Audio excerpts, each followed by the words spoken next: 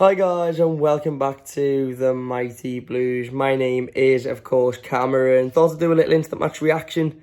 I haven't done one like this for a while. I think Palace was the last time we done one like this. Obviously we usually sat at the setup, but I've just walked in to my house 1:45 in the morning. Everton of course picking up a point at Ellen Road. Leeds United 1, Everton 1 tonight in another disappointing result for me. If I'm being perfectly honest with you, another game of football that was there for the taking.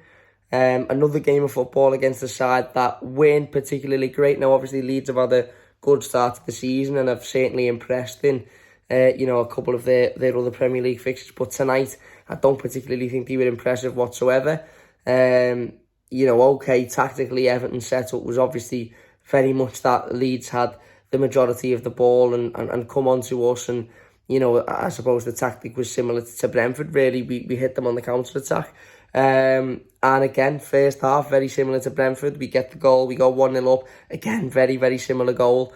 Lovely little bit of play by Gordon to get it to Iwobi. Iwobi plays a beautiful ball. Gordon gets in behind, same position as the goal against Brentford, and slots it for 1-0. Leeds had a couple of half chances, but not much. We defended well. And then you're sort of sitting there at half-time thinking, right, let's not make the same mistake as what we did against Brentford. Let's not try and sit back for 45 minutes and, defend the 1-0 lead, because it's very, very unlikely that we'll be able to successfully do that. And it almost seemed like that was what we were going to do. That was what we were trying to do.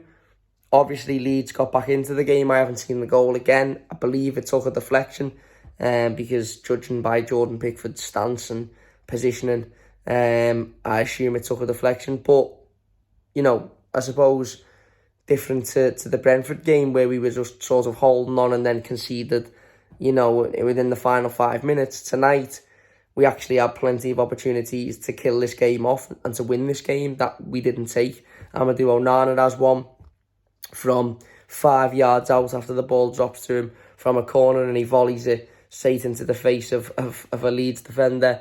Obviously, Damari Gray scored and it was ruled offside for absolutely no reason whatsoever. Again, proving that the corruption in this league, in this country, continues. And I said it on Twitter and I'll sit here and say it again. If that's Manchester United, Chelsea, Liverpool, Man City, Arsenal or Tottenham, that goal is given all day long. I mean, it was literally given for Marcus Rashford a couple of weeks ago. The exact same scenario. Damari Gray isn't offside whatsoever. So why it's being given as offside is completely beyond me. Nathan Patterson had an opportunity as well. Obviously late on, I think with 5 minutes or so to go, and it seemed like he had all day to set the shot up, and he ended up hitting the ball at the only place where he was never going to score, and that was directly at the goalkeeper, which again was poor for me. You've got to do better from there. You've simply got to do better from there. Especially when you're desperate for a win, and it's the final 5 minutes, and it's likely to be the last opportunity that you get. So yeah, disappointing for me. Really disappointing. Look, a point away at Leeds isn't an awful result by any sense of the imagination, especially given the start that Leeds have made in the Premier League, especially at Ellen Road this season. And I suppose a positive way of looking at things is that we're now 3 Premier League games unbeaten, 4 games if you include the Carabao Cup fixture, and we are starting to see Everton picking up points in games that we probably wouldn't have picked points up in last season. Now, I know obviously we drew at Ellen Road, but I mean in terms of the way in which the game panned out, we probably wouldn't have picked those points up last season. And Brentford, and obviously coming back against Forest late on as well, maybe that would have been a different story. So again, not the worst result, but when you're so desperate for a win and when you haven't won a game of football all season, and as I've said multiple times, we lost to Villa, who were a dreadful footballing team, dreadful side. We drew with Forest in a game we should have won. They weren't very good and didn't bring very much.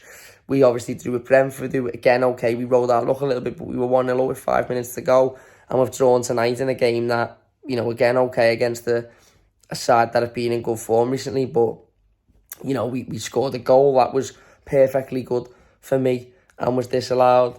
and we had two really good opportunities to completely kill the game off late on and missed them, and that is what is disappointing. Because, I sat here before Forest, in fact, and said if we don't beat Nottingham Forest, I don't see where the next win comes from. We didn't beat Nottingham Forest, and okay, we've gotten 2 draws in 2 difficult away games, which is, I suppose, a positive, but again, both games we could have and maybe should have won. And especially today, I think we should have won today. Now, I know Leeds had a couple of, half chances where you may say, oh, well, they could say the same, Cam. They had a couple that, just grazed past the post, or, maybe they didn't do well with. But I don't think any Leeds fan would sit here and disagree that Everton having an offside goal by the margin of a little bit of cotton on Damari Gray's sleeve, and Onana firing one from 5 yards out into an opposition defender, and Nathan Patterson having a one-on-one for half an hour and, missing it. I don't think anybody could argue that Everton had the better chances in that game. And, you do look at it and think, well, where does this win come from? We've got the Merseyside derby on Saturday now. One big concern for me going into the Merseyside derby is the fitness of these players. Frank Lampard didn't make a substitute tonight, which I thought was strange. Now, I know there'll be people saying, well, what was he meant to do, Cam? Who was he meant to bring on? There was no one on the bench, this, that and the other. I get that completely. But the reality of the situation is from 60 minutes onwards, Alex Iwobi was out on his feet, Damari Gray was out on his feet, Anthony Gordon was out on his feet, a couple of other players were visibly very tired, and we didn't change it. Onana, who's only, on Saturday couldn't play the entire 90, has played the entire 90 today. Will he be fit to play the entire 90 on Saturday? I don't know. And that's what is a little bit worrying for me, is the lack of substitutes today.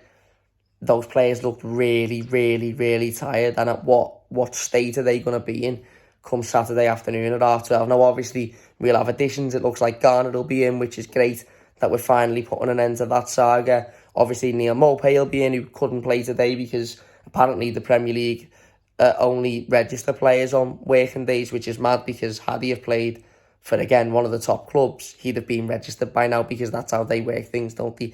They prioritise those clubs. It wouldn't surprise me if they said, we can't play on Saturday because the fella who does the registrations has been off on annual leave, so he's not actually registered. And we may have another couple of signings in before then. We'll wait and see. But yeah, I just looked at the team today and I thought we looked very, very, very tired, visibly very tired. And although we didn't have many options on the bench, and although I understand people saying, well, who could he have brought on and how could he have changed it, I just think we were sort of, again, had we have lost that game and conceded late on, we'd all be sitting here, slating Frank Lampard for not making a change when the players were very clearly, as I said, out on their feet. But yeah, I thought Nathan Patterson was excellent. On a positive, I thought Nathan Patterson was absolutely phenomenal again today. I thought Amadou Onana was absolutely phenomenal again today. I thought Alex Iwobi put a shift in. I thought Anthony Gordon worked hard, put a shift in. Same with Damari Gray. I thought Dwight McNeil was much better. Still didn't bring much and still didn't offer much as an attacker, but I thought he was better in terms of his commitment, his desire, throwing himself into challenges, battling to win the ball back. Defensively, I thought we looked fairly strong as well. We were inviting them on a little bit, too much, and we were giving them a little bit too much space, but we were, getting back and making up for that. And yeah, again, just disappointing. If you'd have said to me before the game, would you take a point? Maybe you'd have said yeah, but when you have the chances that we had to win it, and you have an offside goal, which is not offside, let's be honest, you're sort of sitting there with very much of a disappointment feeling, for me anyway. Some Blues will be looking at it thinking it's a point away from home, take it. But our next home game's Liverpool, which, listen, we may well win. Merseyside derby, who knows? But given, the fact that they've been very good in recent years, that's difficult. We then have Arsenal away. We're not going to get anything out of that, so where does the 3 points come from? And it could have and should have come today for me. In the same way as it could have and should have come on Saturday, and it could have and should have come the week before. And that's where it's frustrating, because it's another fixture against a poor team. And I'm not saying Leeds are a poor side overall, but they were poor today, that we haven't been able to take advantage of. And that for me is just a little bit frustrating. But there you go. We move on. As I said, I'm sure over the next 24 hours, Idrissa Gana Gueye will be an Everton player.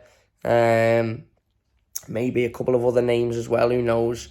And we may look completely different come the Merseyside derby, but we'll wait and see. Anyway, I am going to leave it there then, only a short one. But I'm going to go to bed. I'm actually going to do the play ratings tomorrow.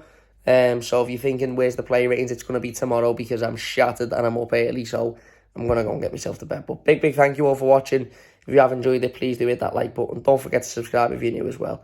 And we'll see you soon on the Mighty Blues. Cheers for watching. See you later.